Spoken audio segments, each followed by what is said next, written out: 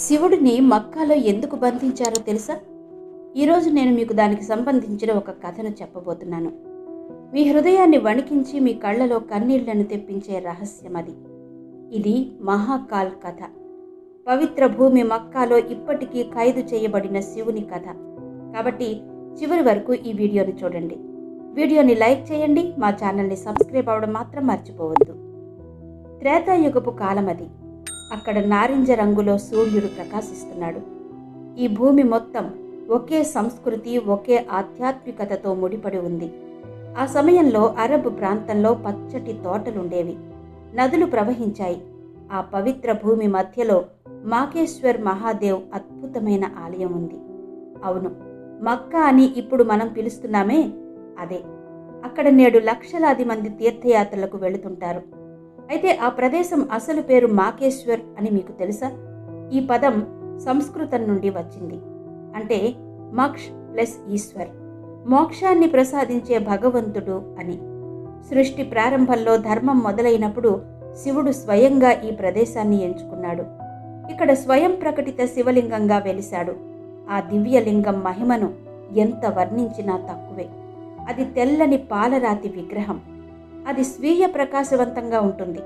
రాత్రి ఆకాశంలో చంద్రుడిలా మెరుస్తుంది. మాకేశ్వర్ నగరం మొత్తం ఆ లింగం యొక్క దివ్య తేజస్సుతో ప్రకాశించేది.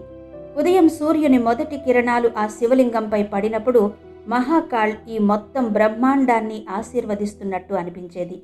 ఇక ఆ కాలంలో మాకేశ్వర్ ఆలయం వైభవం 3 లోకాలకు వ్యాపించింది.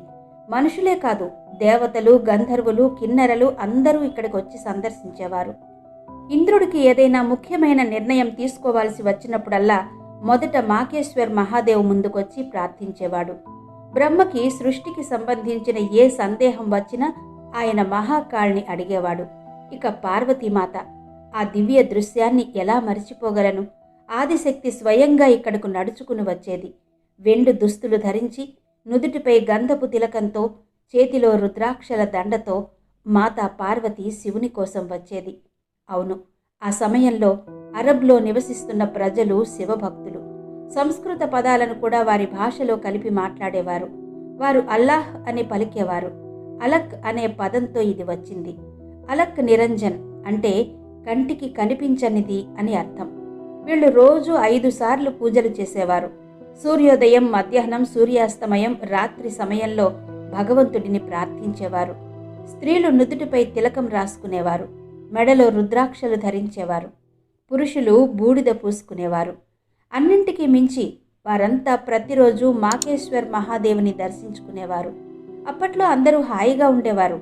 మతం పేరుతో యుద్ధం వంటివి ఏమీ లేకుండా అందరూ ఒకే దేవుని బిడ్డల్లా ఉండేవారు. అందరూ ఒకే దేవుడిని ఆరాధించేవారు. కాలచక్రం తిరుగుతోంది. ఇక అదే సమయంలో కలియుగం యొక్క నీడ భూమిపై పడడం ప్రారంభించింది. మాకేశ్వర్ నగరంలో కూడా మార్పులు మొదలయ్యాయి. ఇంతకుముందు శివుడిని ప్రేమతో ఆరాధించిన వారు ఇప్పుడు వారి మనసుల్లో చీకటిని నింపేసుకున్నారు. దేవుడి భక్తి కంటే ఇతర ప్రక్రియల్లో ఎక్కువగా నిమగ్నమయ్యేవాళ్లు. ఆ చీకటి రాత్రి కలియుగం ప్రభావంతో కొందరి మదిలో ఒక వికృత ఆలోచన వచ్చింది. ఈ దివ్య శివలింగాన్ని దాచిపెడితే దాని శక్తికి తాము మాత్రమే అర్హులమవుతామని వారు భావించారు. పాపం, మానవ మూర్ఖత్వానికి నిదర్శనం అనేది అప్పటి నుంచే మొదలైంది. మహాకాళ్ని బంధించలేము అని వారు తెలుసుకోలేకపోయారు. అలాగే శివుడు సర్వవ్యాపి అన్న విషయాన్ని వారు మరిచిపోయారు. ఇప్పుడు ఆ రాత్రి జరిగిన కథ చెప్తాను. అమావాస్య చీకటి రాత్రి. నక్షత్రాలు కూడా మాయమైనట్టు అనిపించింది. భయంతో గాలి వీచడం లేదు. మాకేశ్వర్ ఆలయంలోని శివలింగం తన దివ్య తేజస్సుతో ప్రకాశిస్తోంది. కొంతమంది స్వార్థపరులు కుట్ర పన్నడంతో ఆ రాత్రి ఏ భక్తుడు అక్కడికి రాలేదు. కొందరు ఆలయంలోకి చొరబడ్డారు. వాళ్ల చేతుల్లో పెద్ద పెద్ద రాళ్లున్నాయి. అతను ఆ పవిత్ర శివలింగం చుట్టూ నల్లని గదిని నిర్మించాడు. మొదటి రాయిని శివలింగం ముందు ఉంచినప్పుడు భూమి మొత్తం వణికిపోయింది. రెండో రాయి వేసినప్పుడు ఆకాశంలో మేఘాలు గర్జించాయి. 3వ రాయి వేసినప్పుడు దేవతల కన్నీళ్లు వర్షంలా కురిశాయి. కానీ ఆ అజ్ఞానులు అర్థం చేసుకోలేకపోయారు. ఇదంతా సహజం అనుకున్నారు. వారు తమ పనిలో నిమగ్నమయ్యారు. చివరికి వారు శివలింగాన్ని పూర్తిగా దాచిపెట్టారు. అప్పుడు ఆకాశం నుంచి దివ్య స్వరం వినిపించింది. మూర్ఖులారా, మీరు చేసిన పనికి పర్యవసానాలను మీరు మీ భావితరాలు భరించవలసి ఉంటుంది. నేను ఎక్కడికి వెళ్ళడం లేదు, మీరే నాకు దూరంగా ఉన్నారు అని వినిపించింది. ఆ స్వరం ప్రతిధ్వనికి మాకేశ్వర్ నగరమంతా వణికిపోయింది. కాని ఆ మూర్ఖులు పట్టించుకోలేదు. శివుడు తన భక్తుల చేత ఖైదు చేయబడినందున కన్నీళ్లు పెట్టుకున్నాడు. ఆ కన్నీళ్లు రాళ్లపై పడడంతో ఆ రాళ్లు నల్లగా మారాయి. ఆ నల్లరాయి నేటికి ఉంది. ఇది శివుని బాధకు సంకేతం. అయినా మహాదేవ్ హృదయం కరుణతో నిండిపోయింది. ఇదంతా కలియుగ ప్రభావమని వారికి తెలుసు. ఆయన భక్తులు ఇన్నాళ్లు అజ్ఞానంతో ఉన్నారు కాబట్టి శపించకుండా కరుణ చూపారు. తాను ఇక్కడి నుంచి వెళ్ళిపోతే వారంతా అనాథలవుతారు. వారితోనే ఉండిపోవాలి. సమయం వచ్చినప్పుడు వారు అర్థం చేసుకుంటారు అనుకున్నాడు మహాకాళుడు. అందుకే శివుడు ఇప్పటికీ అక్కడ ఉన్నాడు. శివుడు అక్కడ ఖైదు చేయబడ్డాడు అని తెలుసుకున్న పార్వతీమాత గుండె పగిలింది. ఆమె ఏడుస్తూ, ఓ నాథ, నీ భక్తులు నిన్ను ప్రేమిస్తున్నారని మీరు చెప్పారు. ఇప్పుడేం జరిగింది? నిన్ను ఎందుకు దాచిపెట్టారు అని ప్రశ్నించింది. అప్పుడు శివుడు ఎంతో సహనంతో అన్నాడు, గౌరీ, ఇది కలియుగ ప్రభావం. నా భక్తులు అజ్ఞానంతో ఇలా చేస్తున్నారు. వారి కోసం వేచి ఉంటాను అన్నాడు. కాని మాత పార్వతి బాధ తగ్గలేదు. ఇప్పుడు నిన్ను చూడలేనా అంది. మహాదేవ్ చిరునవ్వు నవ్వి, నువ్వు ప్రతిరోజూ దర్శనం చేసుకుంటావు అన్నాడు. ఎవరైనా నన్ను హృదయపూర్వకంతో స్మరించుకున్నప్పుడల్లా నేను వాళ్ల ముందు ప్రత్యక్షమవుతాను అని చెప్పాడు. అప్పటి నుండి మాతా పార్వతి కూడా రహస్యంగా అక్కడికి వస్తూనే ఉంది. నేటికి ఎవరైనా చిత్తశుద్ధితో అక్కడ ప్రార్థిస్తే వారికి ఎక్కడ లేని శక్తి వచ్చేస్తుంది. అలా కాలం నెమ్మదిగా గడుస్తోంది. శివలింగాన్ని దాచిన వారు కూడా ఒకరోజు ఈ లోకాన్ని విడిచి వెళ్లిపోయారు. వారి భావితరాలు ఆ విషయం గురించి పట్టించుకోలేదు. అసలు అందులో దాగి ఉన్నదేంటి? కొత్త తరాలకు ఇది పూజించవలసిన పవిత్ర రాయి అని మాత్రమే చెప్పబడింది. కానీ ఈ రాయి ఎందుకు నల్లగా ఉందో, దాని లోపల ఏమి దాగి ఉందో చెప్పలేదు. కలియుగం ప్రభావం పెరగడంతో ప్రజలు ఈ ప్రదేశాలను మరిచిపోయారు. నిజానికి అది మాకేశ్వర్. క్రమక్రమంగా ఆ పేరును మక్కాగా మార్చి సంస్కృత పదాలకు వదిలేయడంతో కొత్త భాష పుట్టుకొచ్చింది. కానీ కొన్ని విషయాలు నేటికి అలాగే ఉన్నాయి. అక్కడకు వెళ్లే ప్రజలు ఇప్పటికీ అదే ప్రదక్షిణ చేస్తారు. శివభక్తులు వేల సంవత్సరాల క్రితం చేసినట్టే వారు ఇప్పటికీ అదే దిశలో ప్రార్థిస్తారు. అతిపెద్ద విషయం ఏంటంటే, వారు ఆ నల్లరాయిని తాకినప్పుడు ఒక శివ దర్శనం నుండి పొందిన అదే ప్రశాంతత భక్తులకు లభిస్తుంది. ఈ ప్రదేశం నిజంగా శివునిదే అని, ఈరోజు హజ్రే అస్వద్ అని పిలిచే ఆ నల్లని రాయి నిజంగా శివుని కన్నీళ్లతో నల్లబడింది. దానిని తాకడం ద్వారా ప్రజలు ఇప్పటికీ శాంతిని అనుభూతి పొందుతూ ఉన్నారు అన్నది వాస్తవం. శివాలయాల్లో చేసినట్టుగానే నేటికి 7 సార్లు ఆ నల్లరాళ్ల చుట్టూ తిరుగుతారు. అక్కడ వేసుకునే తెల్లని బట్టలు కూడా అలాగే ఉంటాయి. శివభక్తులు ధరించే దుస్తులే. గురునానక్ దేవ్జీ అక్కడికి వెళ్ళినప్పుడు ఆ సత్యాన్ని గుర్తించారని చెబుతారు. ఈ ప్రదేశం నిజంగా శివునిదేనని అతనికి తెలుసు. కాబట్టి అతను తన పాదాలను ఒక నిర్దిష్ట దిశలో ఉంచి ఈ సందేశాన్ని ఇచ్చాడు. భగవంతుడు అన్ని దిక్కుల్లో ఉన్నాడు. ఏ ఒక్క చోట ఆయన్ని నిర్బంధించలేమని చెప్పాడు. శివుడు నిజంగా అక్కడ ఉన్నాడు. కానీ అతను ఖైదు చేయబడలేదు. ఆయన సర్వవ్యాపి అని చెప్పారు. సైన్స్ ఎంతో అభివృద్ధి చెందిన నేటి యుగంలో ఇప్పటికీ కొన్ని మిస్టరీలు అపరిష్కృతంగానే ఉండిపోయాయి. నిజానికి ఆ నల్లని రాయి భూమి నుండి వచ్చింది కాదని శాస్త్రవేత్తలు గుర్తించారు. ఇది ఎక్కడి నుంచి వచ్చింది అన్నది మాత్రం తెలియలేదు. కానీ అలాంటి రాయి మరెక్కడా లేదు. అది ఎలా వచ్చిందో ఇంతవరకు అంతుపట్టలేదు. ఆ రాయిని టెస్ట్ చేసినప్పుడు అందులో సాధారణంగా భూమిపై కనిపించని కొన్ని మూలకాలు ఉన్నాయని కనుగొన్నారు. అది శివుని దివ్యత్వానికి నిదర్శనమని తెలుసుకున్నారు. ఆ రాయి వారి కన్నీటితో తయారైంది కాబట్టి అందులో దైవ శక్తి ఉంది. ఏదో ఒకరోజు నిజం బయటకు వస్తుందని శాస్త్రాల్లో రాసి ఉంది. కలియుగం ముగియగానే శివుడు మళ్ళీ ప్రత్యక్షమవుతాడు. ఆ రోజు ఆ నల్లని కవచం తొలగించబడుతుంది. ఇది కొంతమంది నమ్ముతారు. ఇక్కడ నిజంగా మాకేశ్వర్ మహాదేవ్ యొక్క శివలింగం ఉందని ప్రపంచం మొత్తం అనుకుంటోంది. అప్పుడు అన్ని మతాల ప్రజలు తామంతా ఒకే దేవుడిని ఆరాధిస్తున్నామని అర్థం చేసుకుంటారు. పేర్లు వేరు, కానీ వాస్తవం ఒక్కటే అని అర్థం చేసుకుంటారు. ఆ రోజున మతం పేరుతో జరిగే యుద్ధాలన్నీ అంతమవుతాయి. అందరూ అన్నదమ్ముల్లా ఒకరినొకరు కౌగలించుకుంటారు.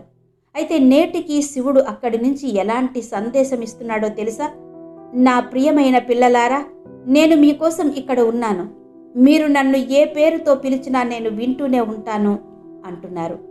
మీరు నన్ను ఎక్కడ వెతికినా కనిపిస్తాను. ఇది కలియుగ ప్రభావమని నాకు తెలుసు. కాబట్టి మీరు నన్ను దాచినందుకు మీపై నాకు కోపం లేదు.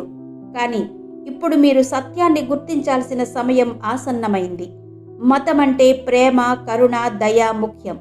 నేటి యుగంలో శివుడిని ఆరాధించే వారిని ఈ కథ ఒక పాఠం. భగవంతుడిని ఖైదు చేయలేమని ఈ కథ బోధిస్తుంది. ఆయన సర్వవ్యాపి. కాశీ విశ్వనాథునిలోనో, కేదారనాథులోనో, మాకేశ్వర్లోనో ఆయన ప్రతి చోట కనిపిస్తారు. శివుడు ఏ మతానికో, కులానికో, వర్గానికో చెందినవాడు కాదు. ఆయన యావత్ మానవాళికి చెందినవాడు. మక్కాను సందర్శించేవారు కూడా ఒకప్పుడు శివభక్తులకు ఉన్న ప్రశాంతతను నేటికి అనుభూతి చెందుతారు. ఎందుకంటే మహాకాళుడి ఉనికి ఉంది. వారు కావాలనుకుంటే తమ భక్తులను శపించవచ్చు. వారు కోరుకుంటే కోపగించవచ్చు. ప్రతి దాన్ని నాశనం చెయ్యవచ్చు. కానీ వారు అలా చెయ్యలేదు. అతను ప్రేమను ఎంచుకున్నాడు. వారు సహనంతో ఉన్నారు. ఈరోజు కూడా వారు తమ సంతానం సత్యాన్ని ఎప్పుడు గుర్తిస్తారో అని ప్రేమతో ఎదురు చూస్తున్నారు. మీరు అతన్ని శివుడు లేదా అల్లాహ్ లేదా దేవుడు లేదా వహేగురు అనే ఏ పేరుతో పిలిచినా దేవుడు ఒక్కడే అన్న విషయం తెలిసే రోజు దగ్గరలోనే ఉంది. ఆ రోజు వచ్చినప్పుడు పార్వతీమాత కూడా అక్కడికి వస్తుంది.